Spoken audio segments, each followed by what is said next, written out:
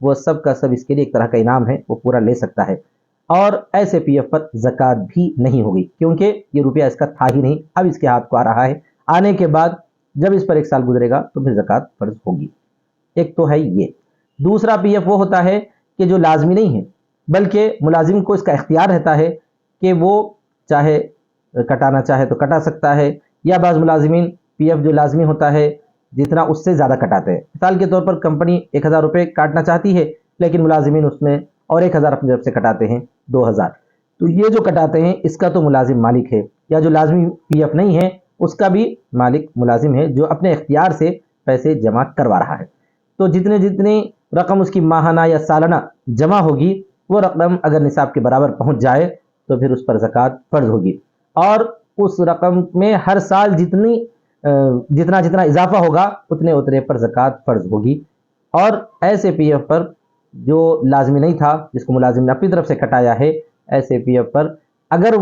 کچھ زائد رقم وہ لگا کر دیتے ہیں تو وہ سود ہے، وہ ہمارے لیے حلال بھی نہیں ہے،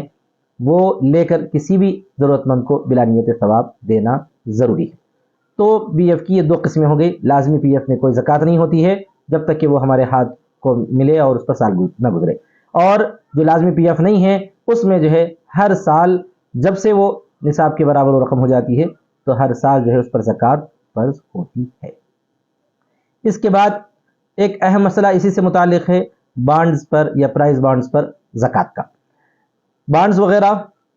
پرائز بانڈز کی مختلف شکلیں ہوتی ہیں۔ اگر جو کوئی انعامی بانڈز ہو، خریدنے کے بعد جو ہے قرعے میں نام نکلے گا اور جو ہے بقیہ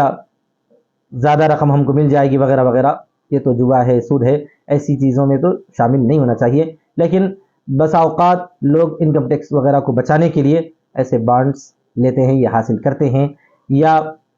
کوئی بھی اس کی شکل ہوگی، لیکن جتنی رقم کے ہم نے بانڈز خریدے ہیں وہ ہماری رقم ہے، اس رقم پر زکوٰۃ فرض ہوگی سال گزرنے کے بعد۔ اگر پہلے سے ہمارا نصاب ہے جس پر جو ہے زکوٰۃ فرض ہوتی ہے اور پیسوں پر زکوٰۃ فرض ہوتی ہے، تو یہ بانڈز کی رقم بھی اس میں شامل ہو جائے گی، اور اس کے ساتھ ساتھ اس پر بھی زکوٰۃ فرض ہوگی، اگرچہ کہ اس پر الگ سے سال نہ گزرے، کیونکہ بقیہ مال پر سال گزر جائے تو اس مال پر سال گزرنا کوئی ضروری نہیں رہتا ہے۔ تو اسی طرح پر اور ایک مسئلہ ہے پلاٹ کی زکوٰۃ۔ زمینات وغیرہ کے پلاٹس جو لوگ خریدتے ہیں اس کی زکوٰۃ کا مسئلہ یہ ہے کہ اگر وہ پلاٹ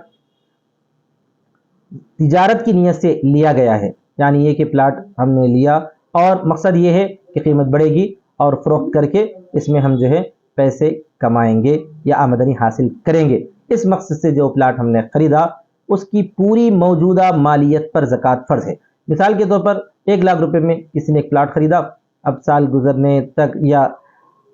جیسا ہی ہمارا زکوٰۃ کا حساب کرنے کا دن آیا اس وقت تک اس کی قیمت بڑھ کر جو ہے 1.5 لاکھ ہو گئی یا 2 لاکھ ہو گئی، تو مکمل 2 لاکھ کی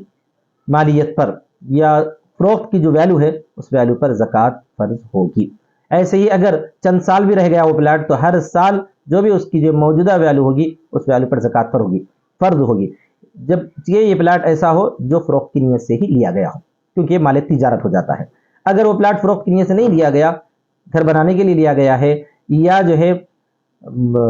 آئندہ کے لیے لیا گیا ہے کہ دیکھیں گے بعد میں اس کو کیا کیا جائے، فی الحال جو ہے میں خریدتا ہوں تاکہ جائیداد بنا لوں، اس مقصد سے خریدا گیا ہے اور تجارت مقصد نہیں ہے یا فروخت کرنا نیت نہیں ہے، تو پھر اس پلاٹ کی موجودہ ویلیو پر زکوٰۃ فرض نہیں ہوگی۔ اور آخری میں ایک چھوٹا سا مسئلہ آپ کے سامنے ذکر کیے دیتا ہوں، وہ یہ ہے کہ کیا زکوٰۃ کو پیشگی طور پر ادا کر سکتے ہیں۔ پیشگی طور پر کا مطلب یہ ہے کہ سال گزرنے سے پہلے ہی کوئی ضرورت مند سامنے آ گیا، ہم نے ابھی سے اس کی زکوٰۃ ادا کر دی۔ جیسا کہ تقریباً تمام مسلمانوں کا یہ طریقہ رہتا ہے کہ رمضان میں وہ زکوٰۃ کا حساب کرتے ہیں، لیکن رمضان سے پہلے ہی اگر کوئی ضرورت مند سامنے آ گیا تھا اور انہوں نے اس ضرورت مند کا خیال کرتے ہوئے زکوٰۃ پہلے ہی ادا کر دی تو زکوٰۃ ادا ہو جائے گی، اور تقاضے پر ادا کرنا بہتر ہی ہے، کوئی حرج کی بات نہیں ہے۔ اسی کے سلسلے میں ایک مسئلہ اسی سے متعلق ایک چھوٹا سا یہ رہ جاتا ہے کہ اگر کسی نے کسی کو کچھ پیسے دیے ہیں یا ملازم کو جو ہے پیشگی تنخواہ وغیرہ دے دی ہے، بعد میں اس میں زکوٰۃ کی نیت کرتے ہیں تو یہ صحیح نہیں ہوگا، اس سے زکوٰۃ ادا نہیں ہوگی۔ کسی کو جو ہے اگر قرض کے طور پر رقم دیے وہ پھیڑ نہیں رہا ہے، ادا نہیں کر رہا ہے، تو جو ہے اس پر زکوٰۃ کی نیت کر لیتے ہیں تو زکوٰۃ ادا نہیں ہوگی۔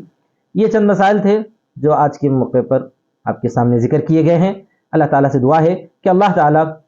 ہمیں تمام مسلمانوں کو جن پر زکوٰۃ فرض ہے صحیح طور پر زکوٰۃ ادا کرنے کی توفیق عطا فرمائے، آمین۔ ایک گزارش میں آپ سے کرنا چاہتا ہوں کہ جن حضرات نے پہلے کی قسطیں نہ دیکھی ہوں وہ پہلے کی قسط بھی دیکھ لیں تاکہ بہت سارے مسائل ان کے سامنے آ جائیں۔ اسی طرح